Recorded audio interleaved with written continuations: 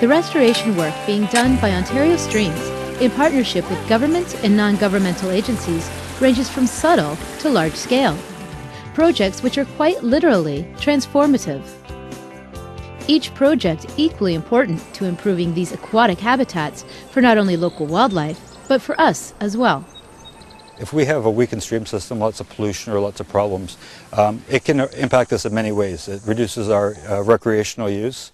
It increases the cost for our municipalities. There's an increased cost to maintain those systems, not necessarily to even restore them, just to keep them safe. That water all reaches Lake Ontario, where we get our drinking water from, so that increases the cost of how much it is for us to treat that water to drink. It's all related. Ontario Streams employ a variety of methods to counteract stream bank erosion caused by stormwater runoff. Erosion is a natural process, but because of the storm flows, it's happening at a much faster rate than it should be. So we'll put in debris jams, so we'll try to put a lot of wood or smaller debris into a corner, which would happen naturally, but we will tie it in place so it doesn't move. We'll also do cabled log jams, which is the same thing, but it's a much heftier structure, which won't erode. We try to keep away from the old-fashioned crib walls and rock, because actually what that does is it speeds the water up past that structure and then causes erosion further downstream. Streams are also subject to alteration to serve the purpose of containing stormwater runoff. The problem is, these structures, like this culvert, are never designed with aquatic species in mind. They're too shallow, and the drop structures make it too steep to allow fish to jump and swim up their natural migratory path.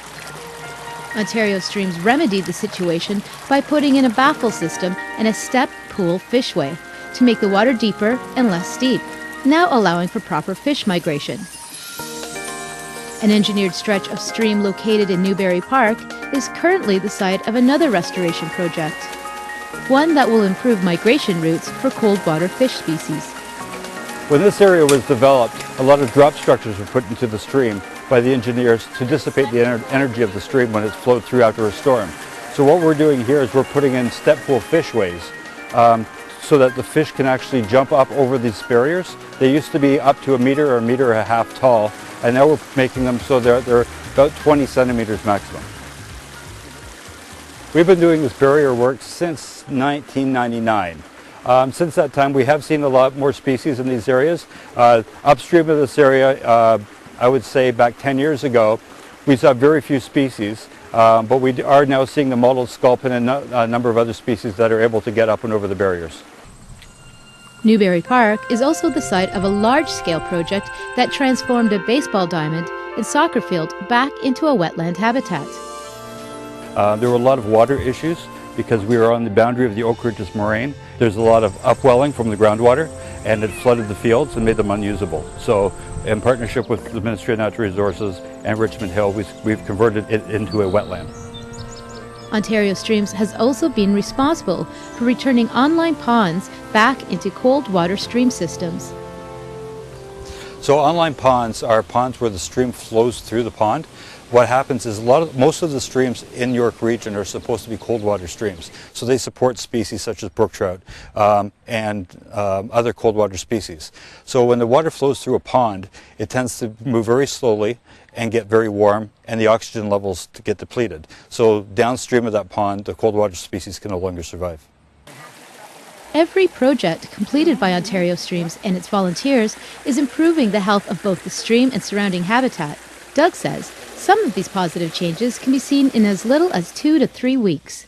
We see larger numbers of fish, more diversity in the fish species. We also see a lot more shading, a lot less erosion on the banks. And in the riparian areas, which are the treed or forested areas along the banks of the river, we're seeing a lot more wildlife in those areas as well. We may have made a change that would affect, hopefully lower the water temperature, so we monitored for that. We monitor for benthic invertebrates, which are the small insects in the stream. That's an indicator of the stream health. We monitor for fish using electrofishing, and that tells us the population of the species that are there. And then we also will annually we do inspections on most of our structures that we've built to make sure that they're still stable and working the way they're supposed to be doing.